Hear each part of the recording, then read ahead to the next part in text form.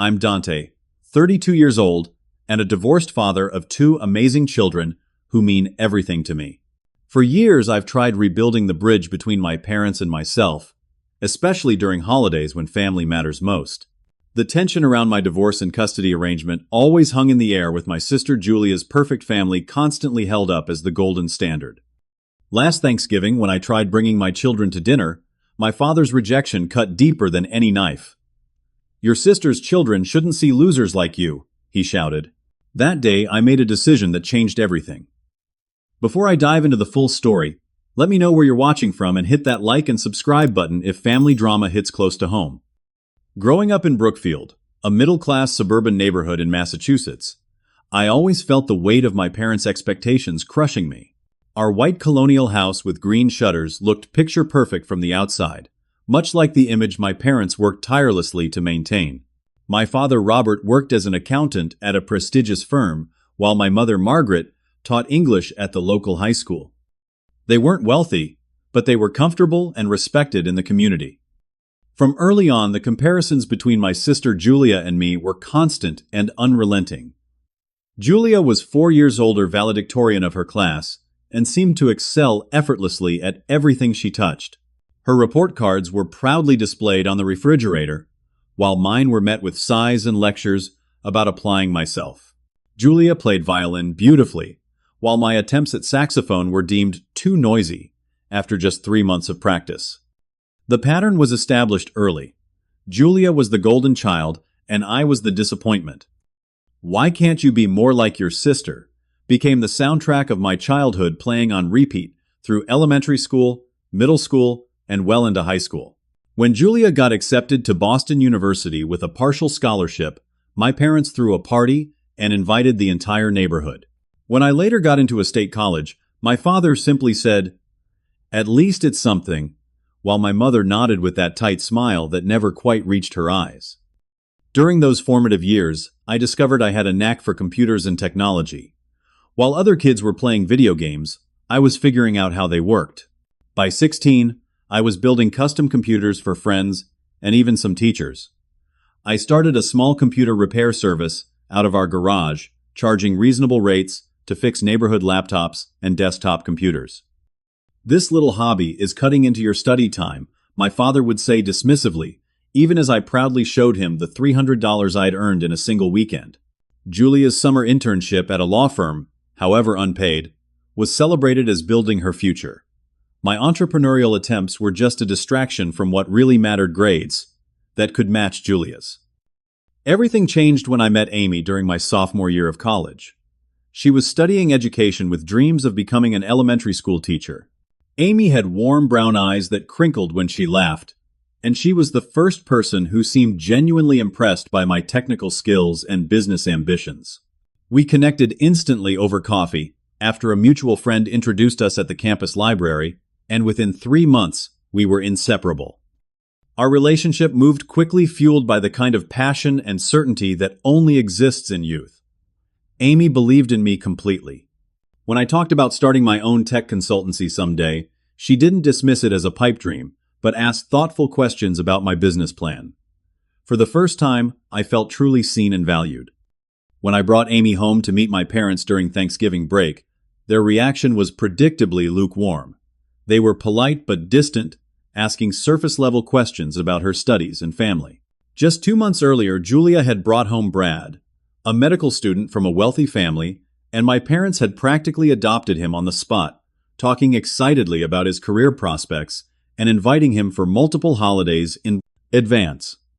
Despite my parents' tepid response, Amy and I continued growing closer. After graduation, we both found jobs in Burlington, Massachusetts.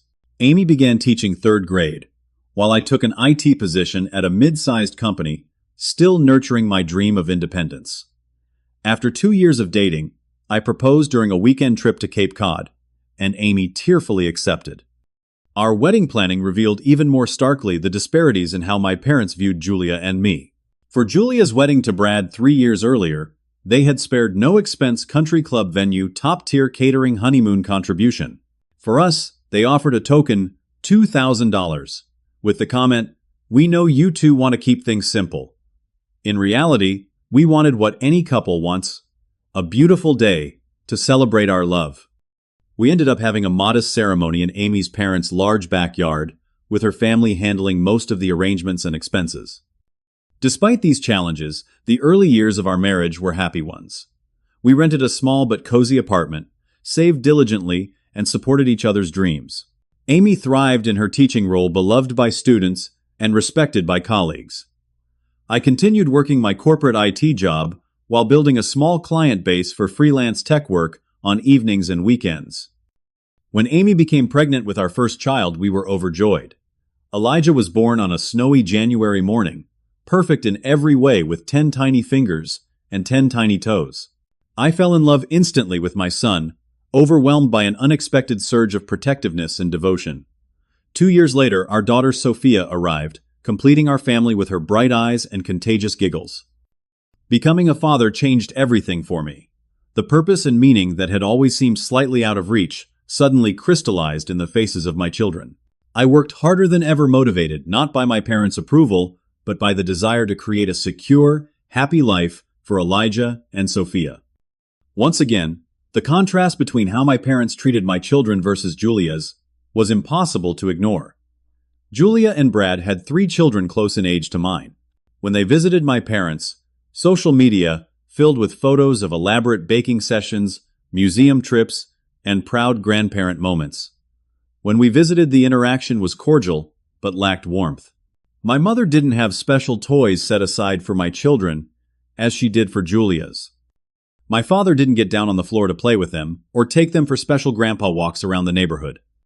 The distance hurt, but I tried to shield my children from feeling it. I told myself that what mattered most was the loving home Amy and I created. Still, I couldn't help but notice Elijah's confusion when Grandma didn't remember his favorite color or book, even though he'd told her multiple times.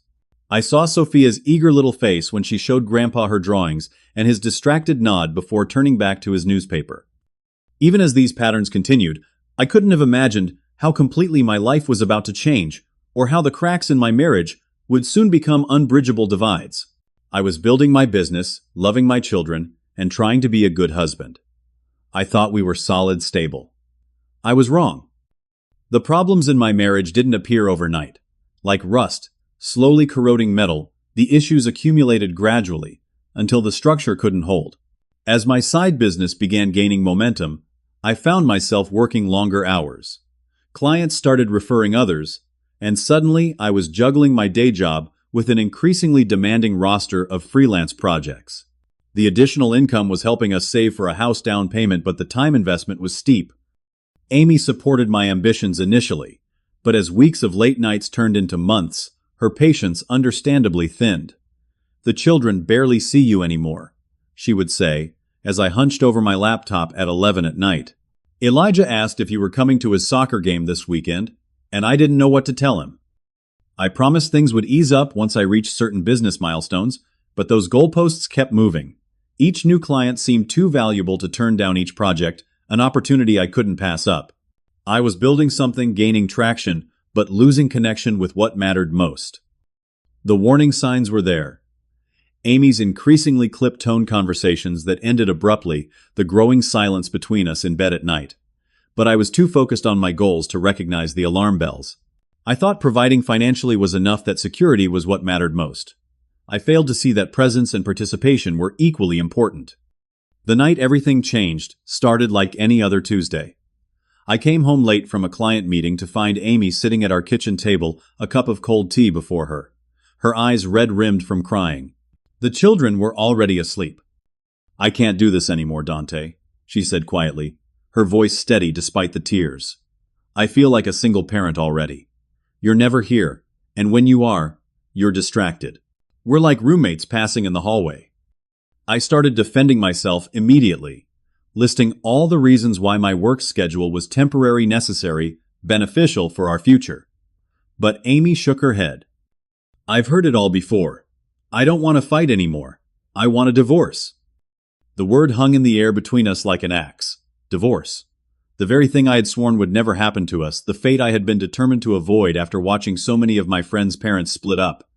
"You don't mean that?" I said, my voice hollow with shock. "We can fix this. counseling, a vacation, whatever it takes. I've been asking for those things for over a year, Amy replied, her expression a mixture of sadness and resignation. You always said you were too busy. I've been seeing a therapist on my own for months, trying to figure out if there's anything left to save. There isn't. The weeks that followed passed in a blur of denial, bargaining, and grief. I cut back my hours, immediately tried to be more present, suggested couples counseling. But Amy had already emotionally checked out of our marriage. The decision had been building for so long that by the time she voiced it, she was already on the other side. What I hadn't anticipated was how ugly things would get once lawyers became involved. The custody battle blindsided me. Amy initially pushed for primary physical custody, with me having alternate weekends and one weeknight dinner. The thought of becoming a part-time father to Elijah and Sophia, seeing them for brief scheduled visits rather than tucking them in each night, was unbearable. I fought back with everything I had, hiring a family attorney who specialized in fathers' rights. The legal bills mounted alarmingly fast, but I couldn't put a price on my relationship with my children. After tense negotiations and mediation sessions, we eventually agreed on joint custody, with the children alternating weeks between our homes. It wasn't ideal, but it preserved my role as an equal parent in their lives. Throughout this painful process, my parents' response was perhaps the most hurtful surprise. Rather than offering support, they seemed to take Amy's side implicitly. These things happen when career becomes more important than family, my mother commented during one of our rare phone conversations. The irony of her statement, given how career and status had always been paramount in our family, was apparently lost on her. My father was more direct. Amy seems to be handling this responsibly. The children appear well adjusted when we see them with her. The subtext was clear: the divorce was my fault, and Amy was the more fit parent. They had never warmed to her completely during our marriage, but in its dissolution, they found common ground in their disappointment in me.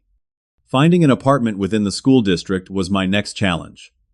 Real estate in Burlington was expensive, and the divorce had drained my savings.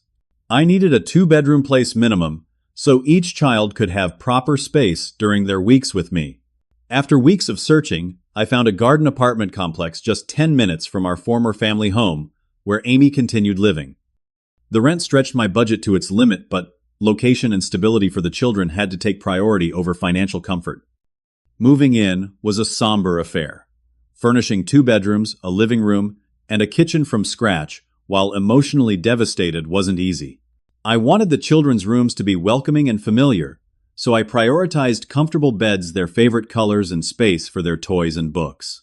My own bedroom consisted of just a mattress on the floor and a lamp for months, as I directed my limited resources toward making their spaces inviting. The first time the children came for their week with me, Elijah, 7, was stoic and questioning, wanting to understand exactly how the schedule would work and when he would see his mother again. Sophia, at 5, was more openly emotional, alternating between excitement about having 2 homes and tearful requests to go back to mommy. Navigating their feelings while processing my own grief felt like crossing an ocean during a storm. Establishing new routines took time. I learned to pack school lunches, keep track of permission slips, and manage bath time and bedtime stories on my own. The first parent-teacher conference I attended solo left me feeling conspicuously alone among the sea of couples. The pitying looks from mothers who had heard about our situation burned like acid. It was during this period that I first felt the full weight of my parents' perception of me as a loser. When I called to invite them to Elijah's school play, explaining it fell during my custody week, my mother sighed and said, "We already promised Julia we'd babysit that evening. Maybe next time." There was always a reason they couldn't make events during my parenting time, as though my custody weeks were less official, less worthy of their attendance. The label wasn't spoken aloud yet, but it hung in the air during every interaction. Divorced dad, failed husband, unable to keep his family together. Second best as always. The unspoken judgment stung, but I was too focused on rebuilding my life and being there for my children to challenge it directly. Little did I know that circumstances would soon shift, dramatically altering the family dynamic in ways none of us could have anticipated. Life has a strange way of delivering unexpected plot twists just when you think you know the storyline. 6 months after the divorce finalized my professional life, took a dramatic turn for the better. The tech consultancy that had contributed to my marital problems suddenly began thriving in ways I hadn't imagined possible. It started when one of my regular clients, the CFO of a regional hospital network, referred me for a major IT security upgrade project. The contract value was more than I'd earned in the previous year of side gigs combined. The project's success led to a retainer agreement for ongoing support, providing steady, predictable income for the first time since I'd started freelancing. Word spread quickly within Burlington's business community. My phone started ringing with new inquiries, and my email inbox filled faster than I could respond. Within 3 months, I made the decision to leave my corporate IT job and focus exclusively on my consultancy, DM Tech Solutions. The risk was substantial, especially as a newly single father with significant financial responsibilities, but the potential rewards were too great to ignore. I converted my apartment's second bedroom into a home office, working frantically during the weeks when the children were with Amy. During my parenting weeks, I limited work to school hours, and after bedtime determined not to repeat the mistakes that had cost me my marriage. It wasn't perfect, but it was a sustainable balance that allowed me to be present for Elijah and Sophia while building something valuable. By the 1-year anniversary of the divorce, I had hired 2 employees, a technical specialist to help with the growing workload, and an administrative assistant to manage scheduling and billing. We leased a small office space in a professional building downtown, projecting the legitimate business image my growing client list expected. For the first time in my life, I was unquestionably successful by conventional standards, building wealth, and professional respect through my own efforts. The irony of timing wasn't lost on me. The very business that had contributed to my divorce was now flourishing, but too late to save my marriage. Still, the financial stability allowed me to provide well for my children, and even begin planning for their future college expenses. I upgraded from my cramped apartment to a 3-bedroom townhouse in a nice neighborhood with a small backyard where the kids could play. It was during this period of professional ascent that an unexpected call came from my mother one Tuesday evening. Her voice sounded tight, controlled in that way that signaled family tension. "Dante, I'm calling because there's a situation with your sister," she began, without the usual pleasantries. "Brad lost his position at the hospital. They're restructuring the department and eliminated several roles. He's been looking for 3 months now without success." I expressed appropriate concern, though Julia and I hadn't spoken more than perfunctorily since the divorce. My sister had made it clear through her actions whose side she'd taken in the split. "That's tough," I said. "I hope he finds something soon." "Well, that's why I'm calling," my mother continued. "They're falling behind on their mortgage payments. With 3 children and the tuition at Manchester Academy, they're in a difficult position. Your father and I have helped as much as we can, but with retirement and our own expenses." The unspoken request hung in the air. For a moment I considered responding with the same cool distance I'd received during my own crisis. They hadn't offered emotional or practical support when my life was falling apart. Why should I rush to Julia's rescue? But deeper than the hurt was the knowledge that my nieces and nephews hadn't done anything wrong.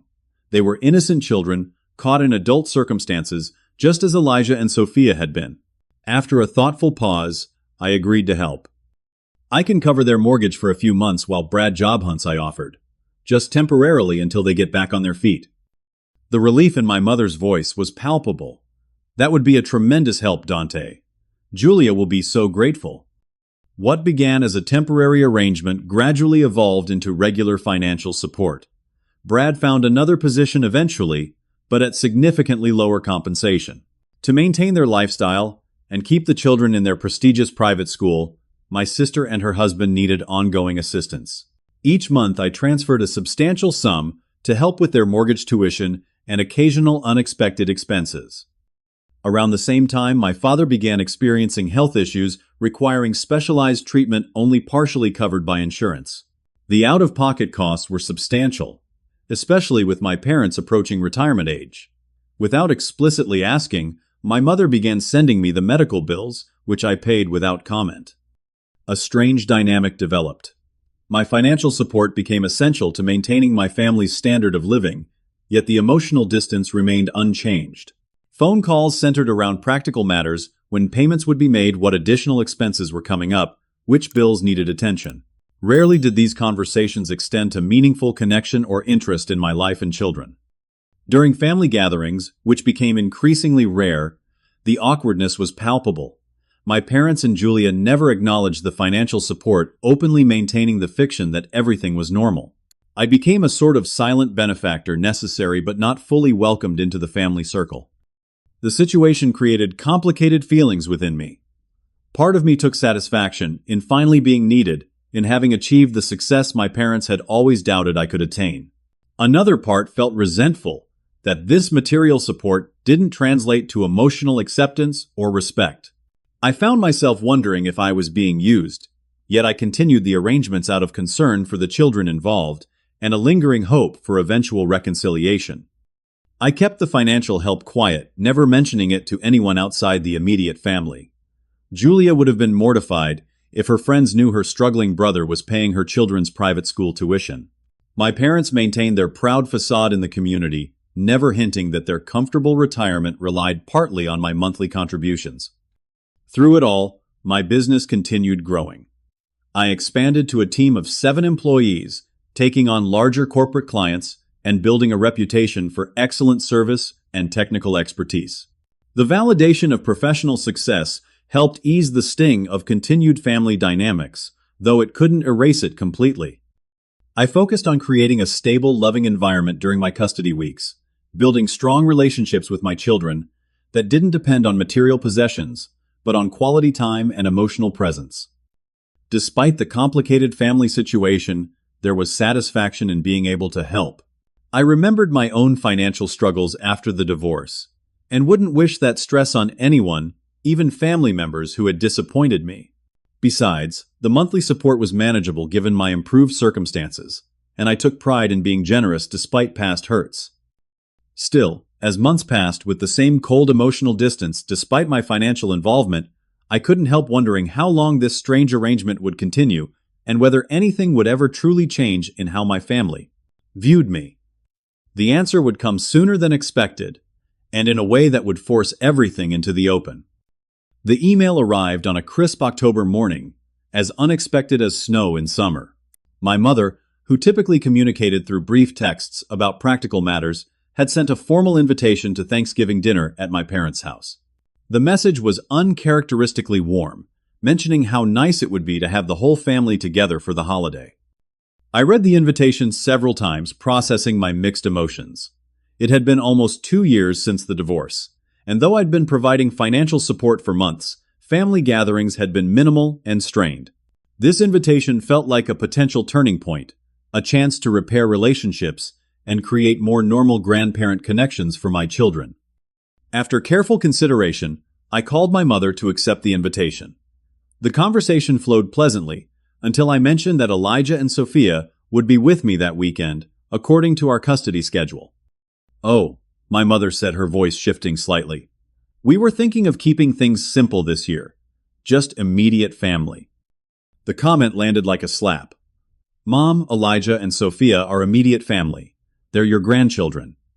Of course, dear, but with Julia's 3 children and everyone else, the house gets quite full. Perhaps you could arrange to switch weekends with Amy. I felt my temperature rising, but kept my voice steady. That's not possible. The custody schedule is set, and the kids are looking forward to a family Thanksgiving. They are coming with me, or I won't be attending either. A lengthy silence followed before my mother reluctantly agreed. All right then. I suppose we can make it work. Despite this troubling exchange, I chose to believe the best.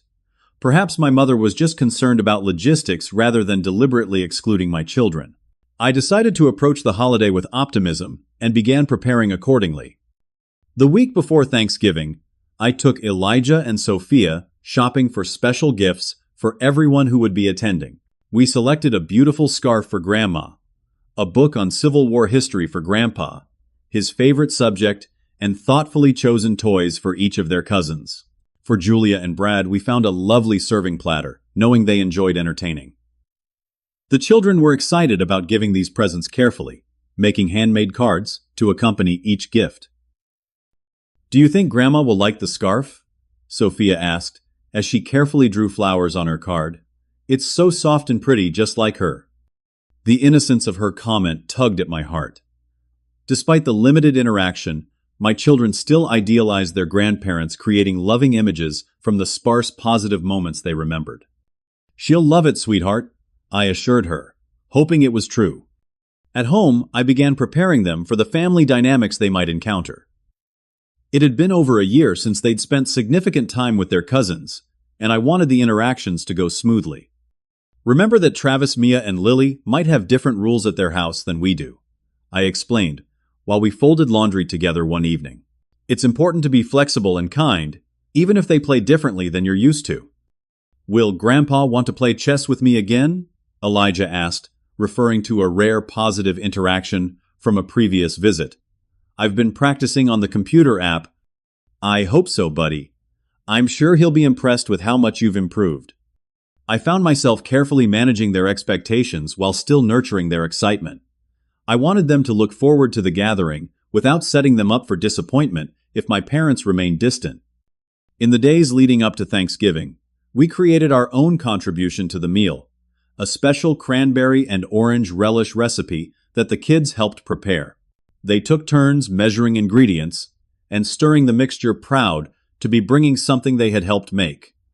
"Grandma and Grandpa are going to be so excited to see you both," I told them as we packaged the relish in a decorative container, "and they'll be so impressed that you helped make this delicious side dish." The night before Thanksgiving, I called my parents for final confirmation and to ask if we could bring anything else. My father answered, his tone businesslike. "Everything is set for tomorrow, 1 o'clock sharp. Your mother has the meal planning handled." "Great. The kids are really looking forward to it," I said, trying to infuse warmth into the conversation. "They've been talking about seeing everyone all week." A pause followed before he responded with a non-committal, Yes. Well, we'll see you tomorrow then." The call ended quickly, leaving me with a familiar knot of tension in my stomach. That evening, I helped the children lay out their outfits for the next day. Nice clothes that were also comfortable enough for an afternoon of play with cousins. Sophia insisted on wearing her special purple dress with sparkly tights, while Elijah chose his fancy button-up shirt and khaki pants. They spent extra time bathing and getting ready for bed, the anticipation making bedtime routines longer than usual. After they were asleep, I wrapped all the gifts and placed them in gift bags with the handmade cards attached. I carefully packed the cranberry relish in a cooler so it would stay fresh and made sure our contribution to the meal looked as professional as possible. Part of me knew I was going to extraordinary lengths to ensure everything was perfect, hoping perfection might finally earn the acceptance that had always been just out of reach. As I prepared my own outfit and polished my dress shoes, I allowed myself to imagine a successful Thanksgiving. My parents engaging warmly with Elijah and Sophia, my sister and I finding common ground again. The cousins playing happily, together. It was a beautiful vision, one I desperately wanted to believe possible. That night I fell asleep, with cautious hope battling persistent anxiety. The history of family dynamics argued for pessimism, but the upcoming holiday offered a clean slate, a chance for new patterns to emerge. Tomorrow would reveal which force was stronger, the possibility of change or the gravity of established relationships. I couldn't know that I was about to face one of the most painful confrontations of my life, one that would permanently alter my understanding of family. Thanksgiving Day dawned bright and cold, the kind of crisp, New England autumn day that fills the air with anticipation. Elijah and Sophia woke early, too excited to sleep late. Their energy was contagious as they bounded around the townhouse, asking repeatedly when it would be time to leave. "Daddy, can we bring Mr. Whiskers to meet the cousins?" Sophia asked, clutching her beloved stuffed cat. "Of course, sweetie. Just remember to keep track of him so he doesn't get left behind." We loaded the car carefully, the cooler, with our cranberry relish, a bag containing all the beautifully wrapped gifts, and a small backpack with activities in case the children needed entertainment. I checked my appearance one last time in the rearview mirror before starting the drive, clean-shaven hair, neatly trimmed, wearing a blue button-down shirt that Amy once said brought out my eyes. Beneath the surface calm, my stomach churned with anticipation and apprehension. The 30-minute drive to my parents' colonial house in Lexington passed too quickly. As we pulled into the driveway, I noticed several cars already parked: Julia and Brad's SUV, my parents' sedan, and an unfamiliar vehicle that likely belonged to my mother's sister, Aunt Patricia, and her husband. "Look at all the cars. Everyone's here already," Elijah observed excitedly. "Remember what we talked about," I said gently as I helped them from the car. "Best manners today, and if you need anything, come find me." Arms loaded with gifts and food, we approached the front door. I rang the bell, hearing the familiar chime echo through the house. After a moment, my mother opened the door, her expression shifting almost imperceptibly when she saw us. "Dante, you're here. And the children too." Her smile tightened as she looked down at Elijah and Sophia. "Come in. It's cold out there." The house smelled wonderful, rich with the aroma of roasting turkey, sage stuffing, and pumpkin pies cooling on racks. Holiday decorations adorned the living room, with an elaborate centerpiece on the dining room table visible through the archway. Everything looked perfect, orchestrated with my mother's usual attention to detail. "We brought cranberry relish," I offered, holding up the container. "The kids helped make it." "How nice," my mother replied without reaching for it. "You can put it in the kitchen. We have plenty of sides already prepared, but I'm sure we can find room." As we moved through the house, I noticed the dining room table was already set with fine china, crystal glasses, and polished silver. I counted the place settings automatically, exactly 10 places, with name cards at each setting. Quick mental math told me the uncomfortable truth: my mother had set the table for my parents, Aunt Patricia, and Uncle Richard, Julia, and Brad, and their 3 children. There were no places for Elijah and Sophia. Before I could process this revelation, Julia emerged from the kitchen, looking polished in a burgundy sweater dress, her dark hair twisted into an elegant updo. She hugged me briefly, the gesture more formality than warmth. "Dante, you made it." Her eyes darted to the children, and back to me, a flash of discomfort crossing her features. "The kids look nice. Travis and the girls are watching a movie in the den if they want to join them." Sophia tugged at my hand. "Daddy, where do we put the presents?" "Under the tree in the corner, sweetie. Remember to keep the cards attached so everyone knows which gift is theirs." As the children arranged their carefully selected gifts under the small decorative tree, my father entered from his study. He nodded curtly in my direction, his gaze barely registering Elijah and Sophia. "You're late. We're planning to eat at 1:30. "It's only 12:45, Dad." The invitation said 1 o'clock. He harumphed and turned away, moving to the bar cart to refresh his drink. The pattern was familiar: minimum engagement, maximum criticism. I steeled myself and focused on helping the children navigate the tense atmosphere. With the presents arranged, we moved toward the den to introduce the children to their cousins. As we passed the dining room again, I paused, the place settings problem still unresolved. "Mom, I noticed the table is set for 10, but there are 12 of us, including Elijah and Sophia. Should I get extra settings from the china cabinet?" My mother froze, momentarily caught in the deliberate oversight. "Oh, I thought perhaps the younger children could eat at the kitchen counter. It's cozier for them there." The younger children, Mom, Travis, is only a year older than Elijah, and Mia is exactly Sophia's age. Why would my children eat separately, while Julia sit at the main table? The question hung in the air, its implication impossible to ignore. My mother busied herself adjusting a napkin that was perfectly positioned already. "Well, I just thought, with the limited space." From across the room, my father's voice cut through the awkward moment. "Margaret, just tell him the truth. We thought it would be easier if the children weren't all mixed together. Travis, Mia, and Lily know how to behave at a formal dinner. We weren't sure about your two." The statement landed like a physical blow.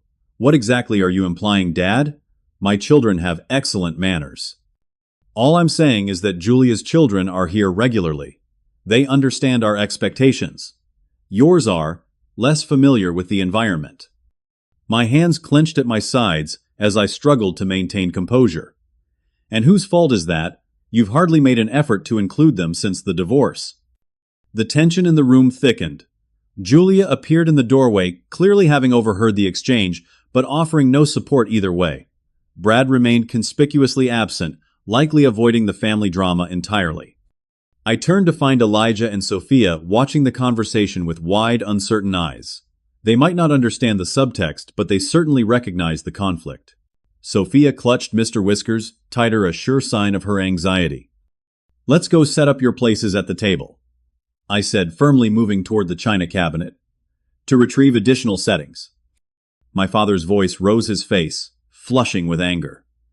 "Those places are already assigned, Dante. We planned this dinner carefully." "Then unplan it," I replied, my patience evaporating. "My children are sitting at the main table with their family, not isolated at a counter like unwanted additions." What happened next occurred so quickly it seemed almost surreal. My father, always controlled and measured in public, lost his composure entirely. "This is exactly why your marriage failed," he shouted, slamming his tumbler down on the sideboard with such force that whiskey sloshed over the rim. "You never could accept your place. Always pushing, always demanding. Special treatment." I turned to usher the children from the room, but his next words stopped me cold. "Your sister's children shouldn't see losers like you, trying to pretend you belong in their world. You couldn't maintain a marriage. You barely support yourself with that so-called business of yours, and you expect us to treat you like you're successful. Like Julia." The silence that followed was absolute. Even the background kitchen noises seemed to cease. I looked down to see tears welling in Sophia's eyes, while Elijah's face had gone pale with shock. The naked contempt in my father's voice had stripped away all pretense, revealing the truth I'd suspected but never heard stated so explicitly. In that moment, something crystallized within me. Years of subtle put-downs of being measured against Julia, and found wanting of trying to earn approval that was never forthcoming, all distilled into perfect clarity. This wasn't a relationship that could be fixed with time or effort. This was fundamental rejection, not just of me, but now extending to my innocent children. "We're leaving," I said, my voice steady, despite the rage and hurt churning inside me. "Elijah, Sophia, please go get your coats." "Oh, don't be so dramatic," my father scoffed. "You always were oversensitive."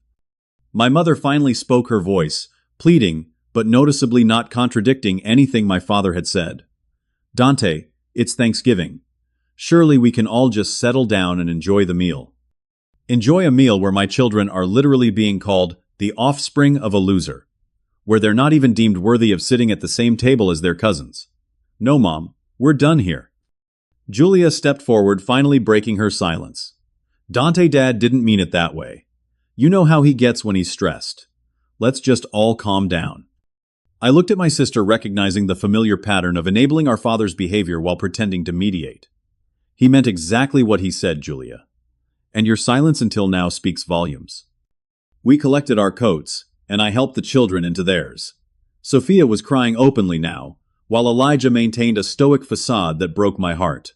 As I guided them toward the door, I turned back one last time to face my family. One more thing. The financial support I've been providing for Julia's mortgage, the kids' tuition, and Dad's medical bills, that ends today.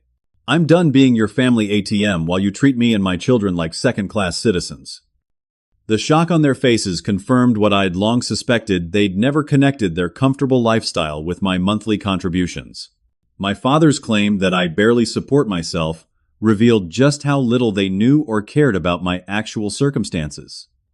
"You can't be serious," my mother stammered. "That's just spite talking."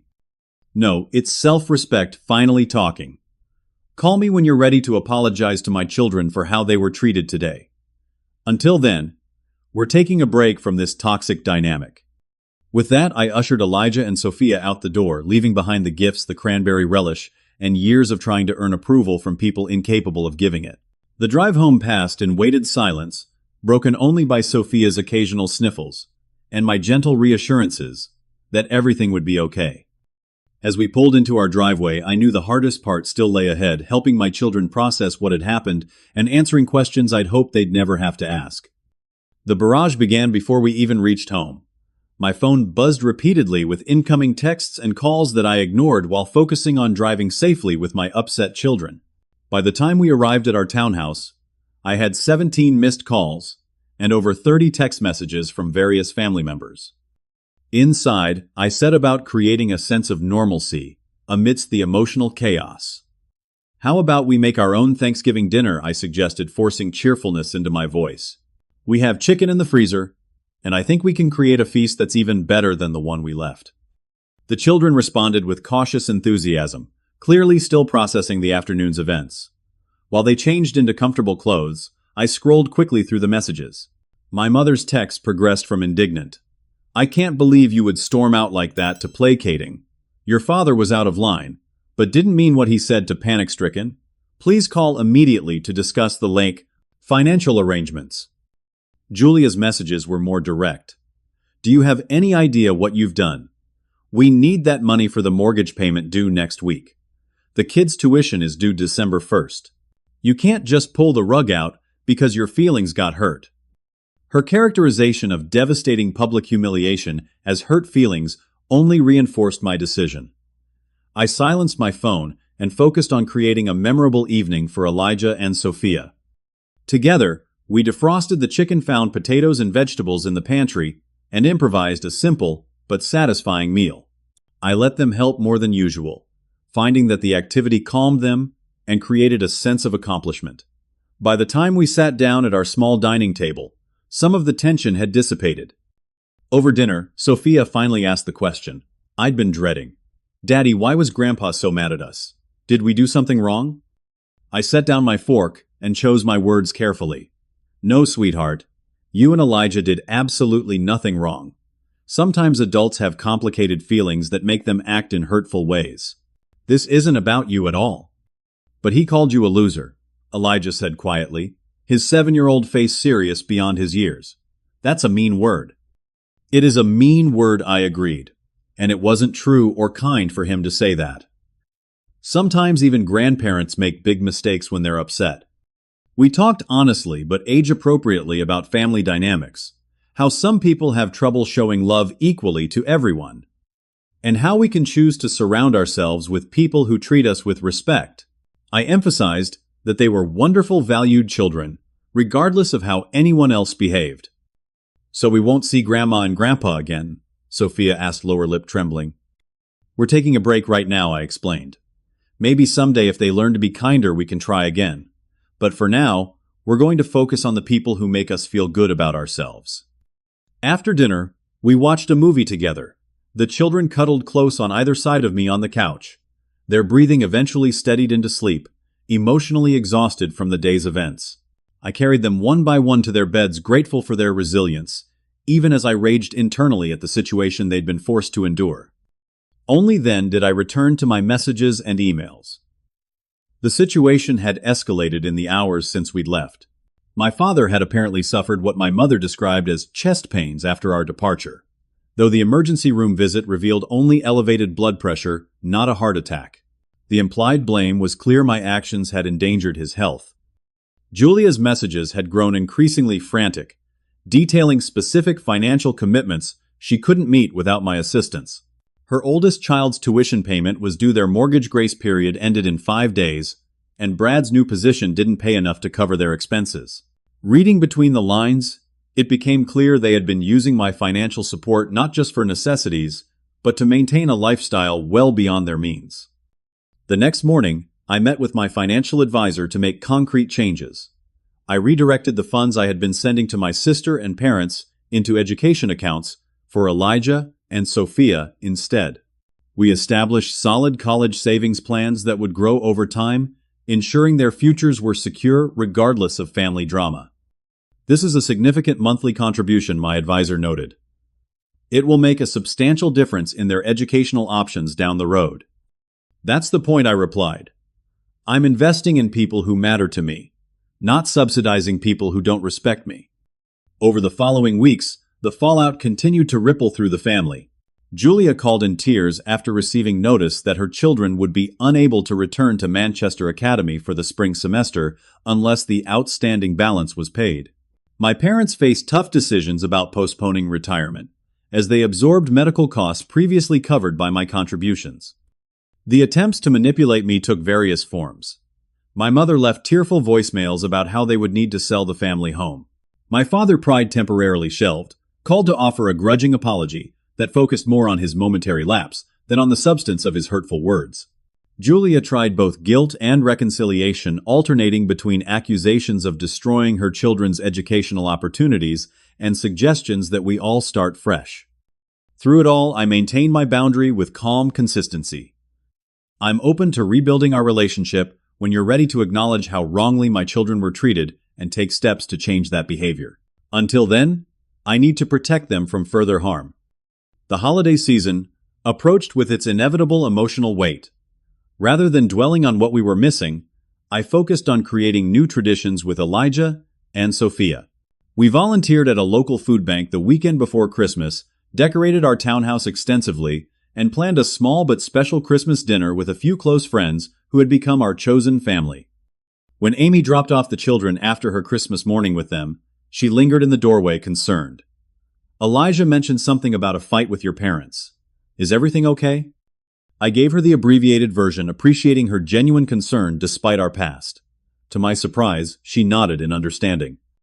I always felt they were harder on you than was fair, she said. For what it's worth, I think you're doing the right thing by setting boundaries. Her validation coming from someone who had seen our marriage disintegrate meant more than I expected.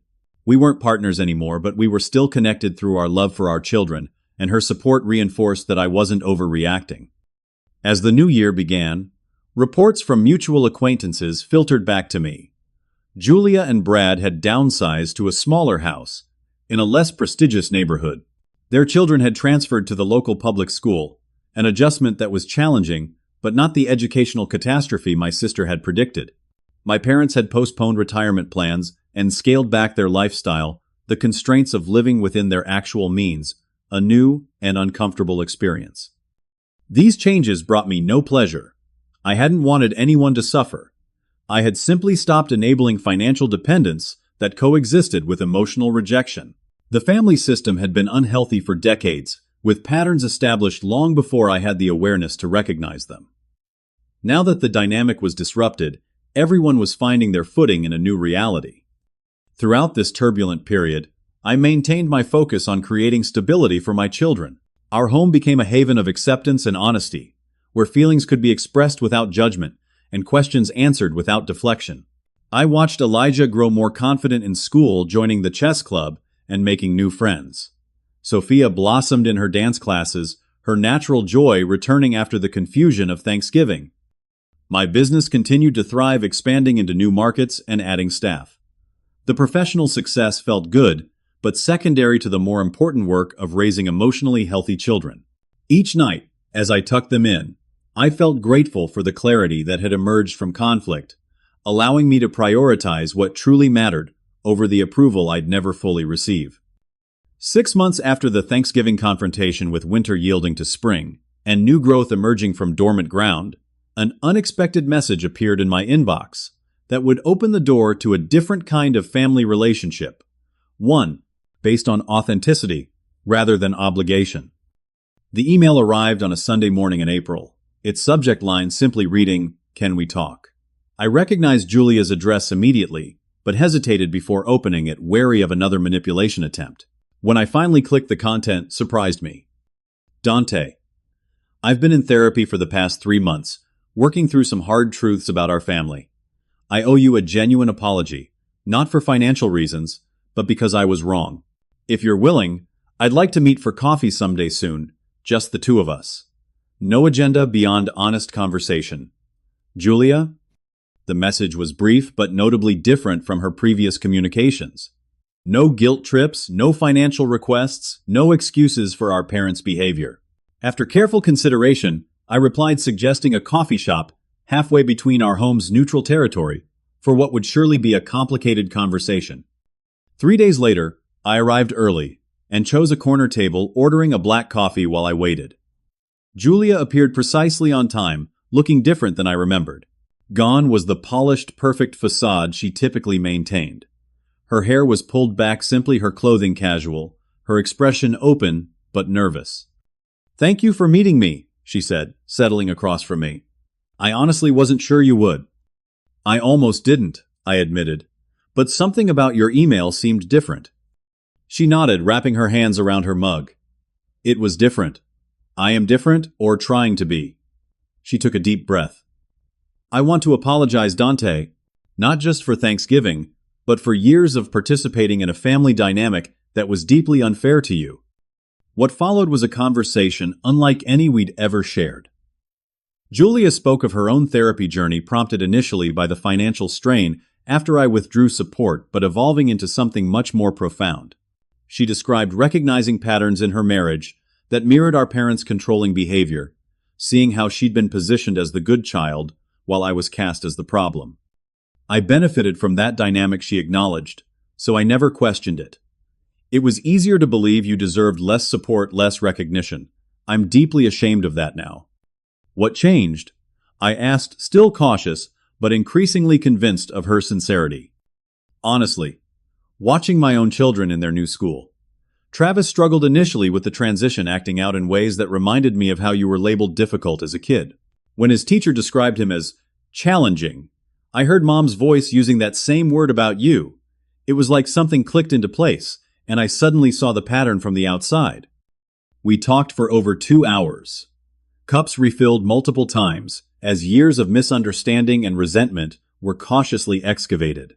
Julia described her own struggles with our parents' expectations, how the golden child role carried its own burdens of perfectionism and fear of failure.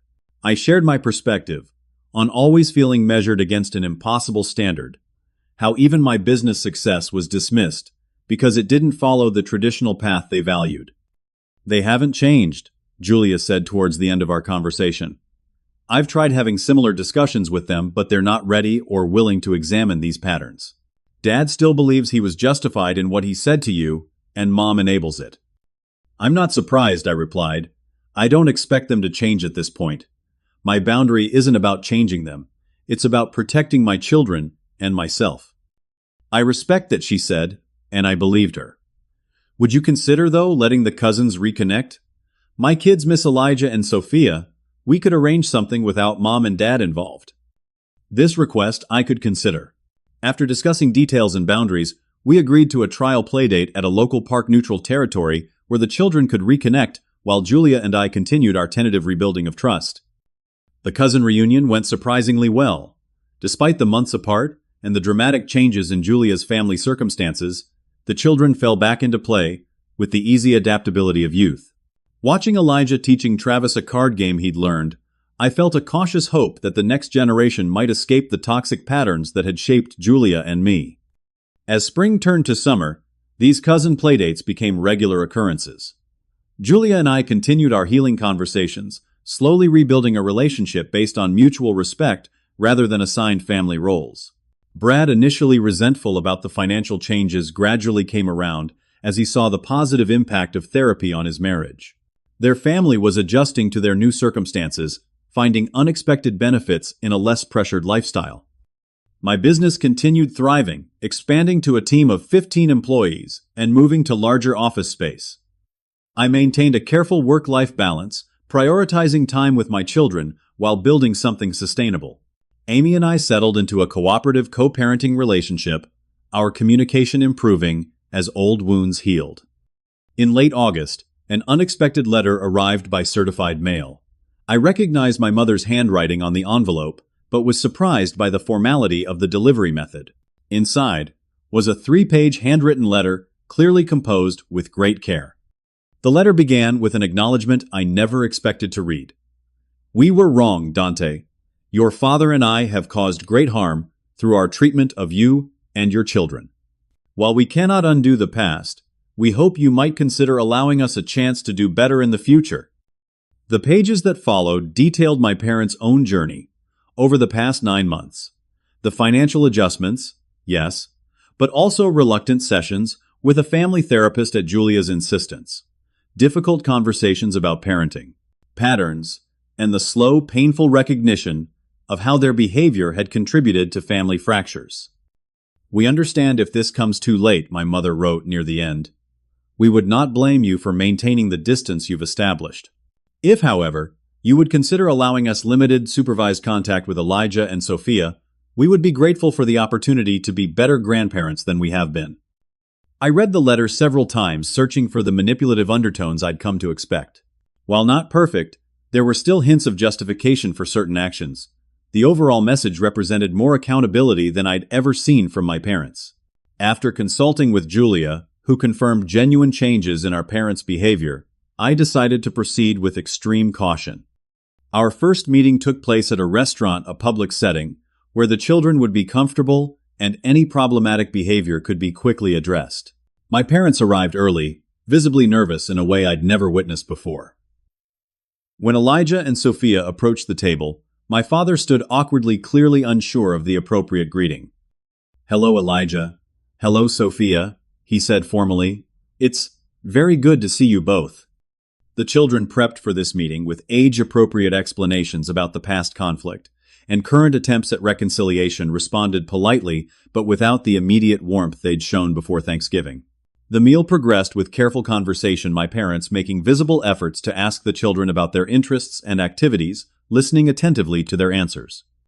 "Sophia tells me you're taking dance classes," my mother said at one point. "Perhaps someday we could attend one of your recitals." "Maybe," Sophia answered cautiously. "If Daddy says it's okay?" That simple response, the clear understanding that my approval was required, that access to my children was a privilege, not a right, seemed to register with my parents. They exchanged a glance I couldn't quite interpret, but which suggested recognition of the new family dynamic. Over the following months, these supervised visits continued with slowly building comfort. My parents adhered strictly to the boundaries I established. No comments about the divorce, no comparisons between cousins, no undermining of my parenting decisions, whether motivated by genuine change or simply the desire to maintain contact. The behavior modification was consistent. By Christmas, we had progressed to a carefully planned holiday gathering at Julia's new home, smaller and less pretentious than her previous house, but warm and welcoming. The cousins exchanged gifts, the adults navigated conversation with newfound awareness of old patterns, and the day passed without major incidents. As I watched my father teaching Elijah a chess strategy interaction that would have been unimaginable a year earlier, I reflected on the journey we'd all taken. The family system wasn't perfect, likely never would be, but it was healthier with explicit boundaries replacing unspoken resentments and honest conversation replacing passive aggression. My own personal growth had been equally significant. Through therapy and self-reflection, I'd learned to define success on my own terms, to parent from confidence rather than insecurity, and to recognize that financial independence had created the foundation for emotional independence. The boundaries I'd established weren't about punishment, but about protection, creating space for relationships based on mutual respect rather than obligation or control. The business I'd built now supported not just my family, but the families of 15 employees, creating value and opportunity in ways my parents might never fully appreciate, but which brought me genuine satisfaction. My children were thriving, developing healthy self-esteem and emotional intelligence that would serve them throughout their lives. The most profound lesson from this painful journey was simple but powerful. Sometimes losing toxic relationships makes room for healthier ones. By stepping away from the endless pursuit of approval I'd never receive, I'd created space for authentic connections with my children, with Julia, with friends who valued me for who I was, rather than who they wanted me to be. Our new family Thanksgiving tradition emerged from this, understanding a celebration, open to relatives who demonstrated respect and friends who had become chosen. Family, a gathering defined by genuine appreciation rather than obligation. The table always had room for everyone, with no children relegated to separate spaces. No arbitrary hierarchies of worth or value. What do you think about setting boundaries with family members who consistently treat you or your children poorly? Have you ever had to make difficult choices to protect your emotional well-being? I'd love to hear your stories in the Sacked and Inno comments below. If this resonated with you, please like, subscribe, and share with someone who might need to hear that it's okay to prioritize respect in their relationships. Thank you for listening to my story. And remember, sometimes the family we choose is as important as the family we're born into.